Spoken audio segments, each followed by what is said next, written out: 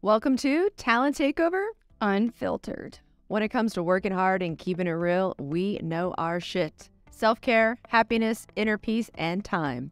I'm Brianna Rooney, and this is Taylor Bradley. Hey, y'all. And we have thrived in chaos and turned it into an art form. So Taylor, what are we doing here today? We're here to give you a raw, under-the-hood view of all things recruiting and finally give credit where credit is due to a long underrated industry that's full of quote-unquote experts. All right. Well, then let's take this show to the road.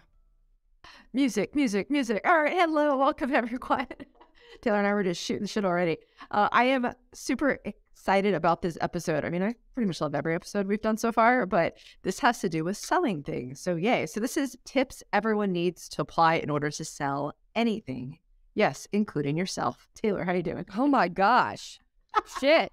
You went there. I'm like sweating. I was like, whoa, clutching my pearls over here. I was not expecting that. Your pearl. My pearls, yes. But yeah, I'm excited about this episode because I was doing research on just, LinkedIn is kind of my go-to, and then that sends me down paths for different articles. And there's somebody that I follow on LinkedIn named Heather Monahan who posted some of these tips, and I loved them because they were universal. I love that it could be to sell anything.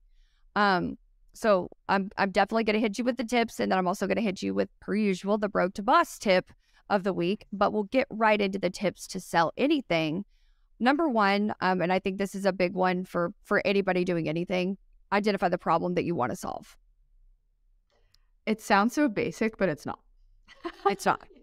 But it's important. It has to be, something I work with my mentor and my advisor on when I've got all of these ideas is he's like, okay, do the market outline requirements. Who's your user persona? Like all of it. He sends me down this path that it's like, what problems are you solving, essentially? But it really dissects that for you to help you understand, okay, if you're going to put something out, whether that is, an actual product or it's a software platform, whatever it is that you're going to do, right? Like, what problems are you solving in doing that? And so real quick, so even just with like our marketing company, they're like, all right, tell us in 1 to 2 sentences, what are you solving? Yeah. And it's so funny because like we're like deer in headlights. We're like, okay. Like we know there's so many problems, but it's like just identify exactly what it is and the why. Oh. And the 1 to 2 sentences part is why we're deer in headlights. Not because we don't know the problem. It's just wait, how do we narrow it down to 1 to 2 sentences, especially for listeners who are like, oh, these broads, there's no way they can put shit in 1 to 2 sentences with how we monologue. But yeah, I think it's really, really important to start there. And even in, your outreach, what problems are you solving? Your biz dev outreach. So 2, get out of your head and get to solving others' problems.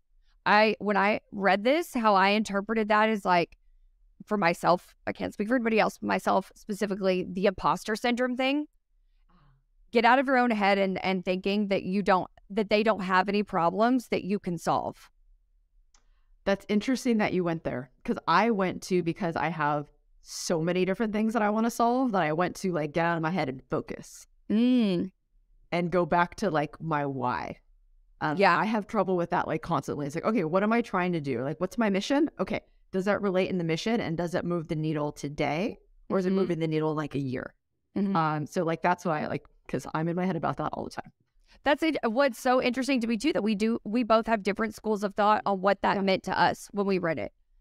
All right. So number 3, make it about, in all caps, them and what you can do for them. I know that right now I'm doing a lot of outreach on my own, but I'm getting so much outreach. I know you are too. So many different recruiters and talent acquisition companies and recruiting agencies.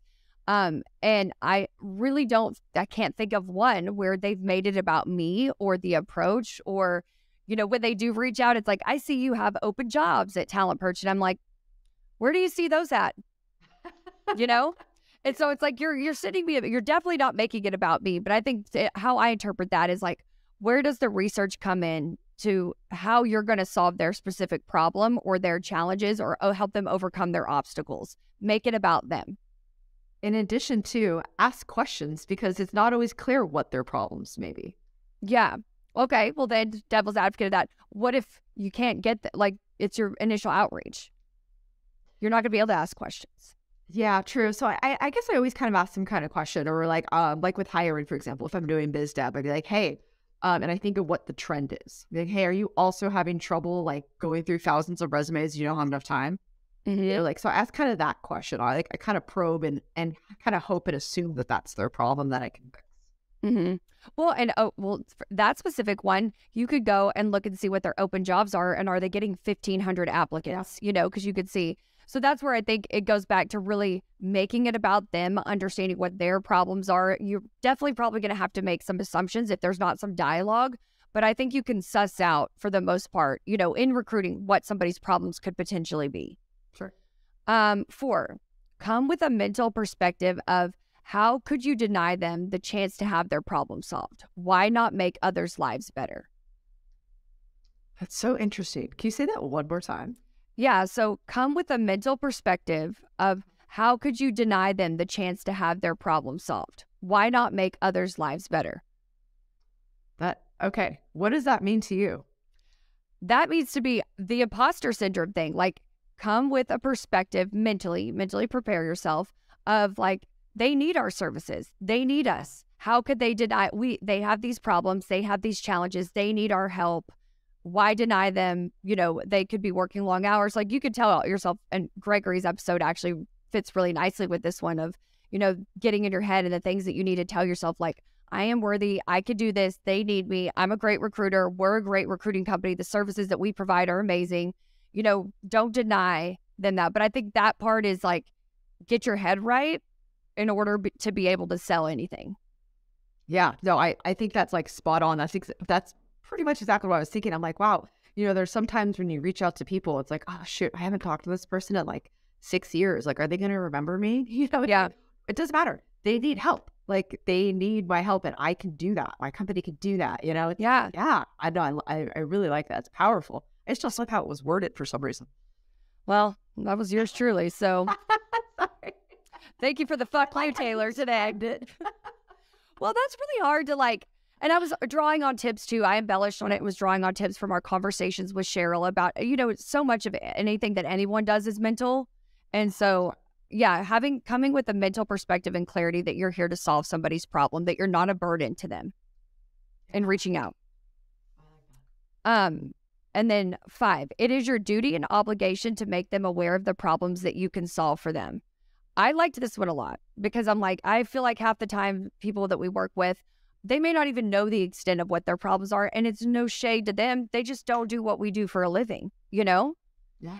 Very much how Gregory described it, which I loved the perspective that he had on this, was like, hey, I can help you go through those resumes when he's applying for jobs and his application process, being really understanding that they may not have gotten back timely, but that's an area of opportunity where he as a recruiter could step in and help them.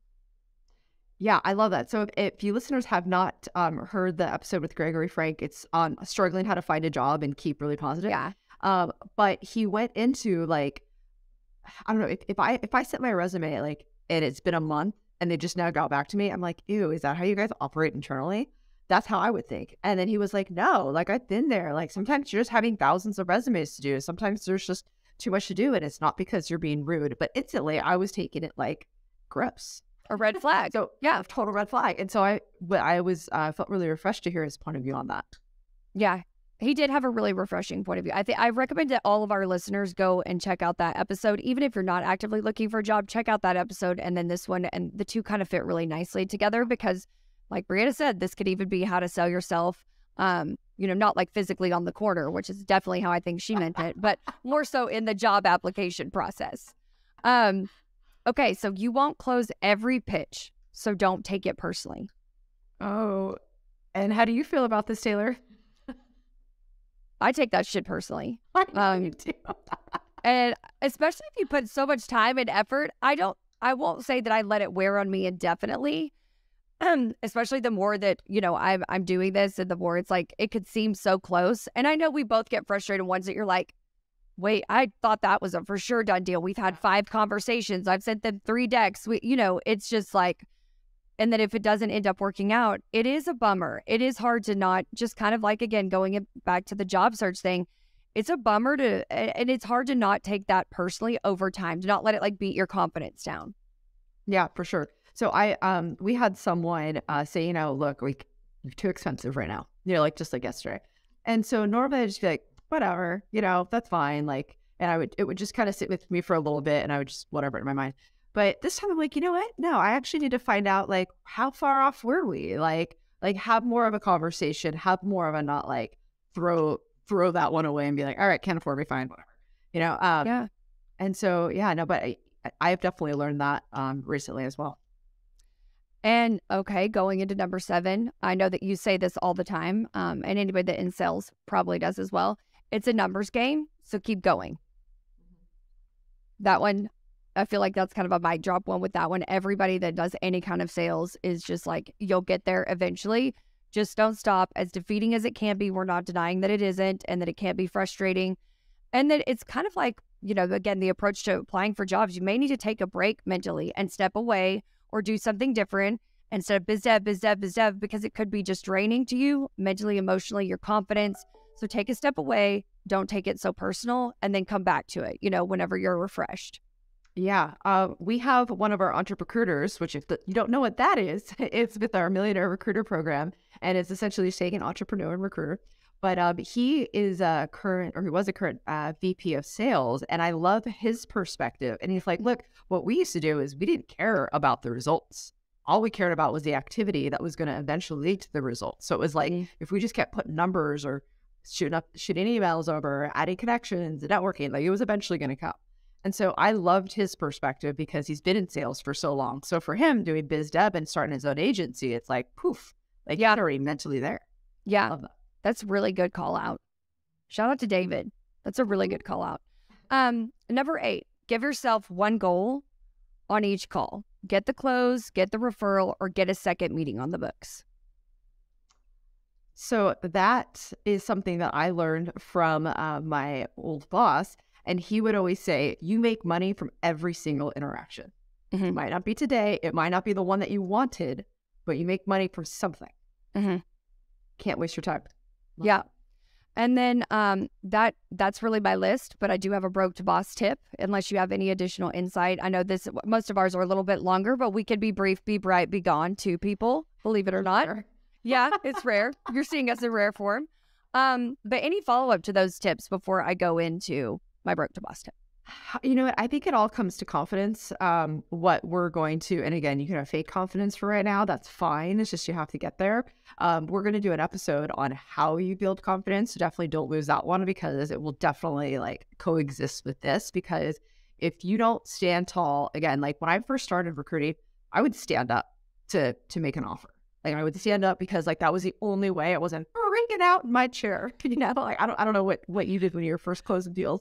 But yeah, or I would take a pen, or I would, look at a fidget. Yeah. By the way, I'm showing this. If you're on YouTube, you can see. But yeah, so I just kind of wanted to add that whenever you're selling something, your service, whatever you're trying to get the word out, can't beat yourself up. And again, we talk about imposter syndrome so much, which literally I don't know why that's not an episode by now. But it's difficult and it's real, and you can't sell anything if you keep living in that like awful gray cloud. Yeah, true. Very true. So broke to boss tip for this episode on tips everyone needs to apply in order to sell anything is follow up, follow up, follow up. Most people give up before the magic happens. Yeah. Magic. I love that. So when you say follow up, how many are you talking? Well, I mean, I know you have your specifications of how many follow-ups you think it needs.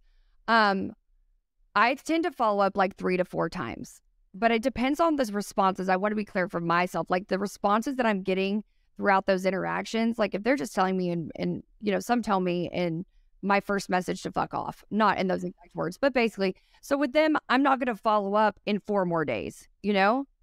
That's somebody that you could put on, okay, well, maybe I'll follow up with them in like a few months or so, next quarter or something like that. But I think it's also about reading the room too, and reading the responses that you get or lack thereof. And then also one of the things that I do that people may think is really weird is if there's somebody that I really, really want to talk to and I'm really interested in getting on the phone with them and I've sent them my LinkedIn messages and I'm just like, okay, I've sent them 2 at this point. I see what is their engagement and involvement on LinkedIn. Like, are they somebody that's on every day? you know, like we're on every single day. And they may not be. Are they responding and liking and commenting on posts? And it's like, what is the cadence of how frequently they're getting on in LinkedIn? You know, because I know I don't like to come into an email inbox with like 30 different messages, you know, 30. I'd stay pretty much on top of mine on any of my in-mails or emails. And there's people that aren't like that, but have to think about, do I want them to see my message back to back?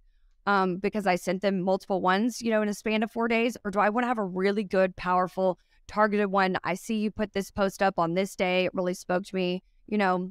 So just, I think follow-up for me can mean different things depending on the person and also depending on how bad I want them. Yeah. Now I feel like we're talking about dating. No, we are definitely not talking about dating, but that could, and yeah, don't follow up. If somebody's telling you to fuck off in dating, don't follow up. Well, yeah, that's very true. He's just not that into you. Yes. But I also have to think, you have to think about what level the person's at too. You know, how busy are they? So it's like, you gotta, like, I think about like my inbox on LinkedIn. I'm like, holy moly. It's like, I got 20 more to like go through. It's like, you know, naturally it becomes a point where it's like, you're not going to get back to everyone, even though you really, really want to. But if someone's reaching out for something completely like that has nothing to do with me, and like, it just feels like a spam, then yeah, I'm probably going to skip that person. So that's why, you know, when we were talking earlier, it's like, really, your message needs to hit them on what's in it for them. Yeah. How can you help them? Well, and what's going to make them respond to you if they, to your point and your exact situation, if they've got 20 more messages, like what is going to make your message stand out to them? Yeah, exactly. And that's why it's like, do a little research, people. I'm not talking like, you know, you're going to start digging in and it's like 30 minutes later, you're sending out one message. Like that's, again, still a numbers game, but there's lots of different ways you could do those things really quickly without going down crazy rabbit holes. Yeah, true that. Love it. Yeah. Well, that's all the tips that I had. Thank you guys so much for listening. As always, we really, really appreciate it. Make sure that you check us out on YouTube, like, comment, follow us on Instagram and all our social media. We love to hear from you. And yeah, that's all I had in closing. Brianna, you want to hit him with something? With your scene. Well, you know what? I have to say that I am loving, so we put up this podcast on the Millionaire Recruiter YouTube channel quite a few episodes at this point, and finally we're getting traction on it, and that's exciting because we're getting all these comments, and I just dig it. It's the one where don't chase the money, chase the mentor. Yeah. So nailed it. So thanks so much, you guys. We really appreciate it. This is why we're here, you know, every week with you, every Tuesday. So thanks so much. Appreciate it. Thanks, y'all. Bye. You know you want to check out the program. Ready? Ready.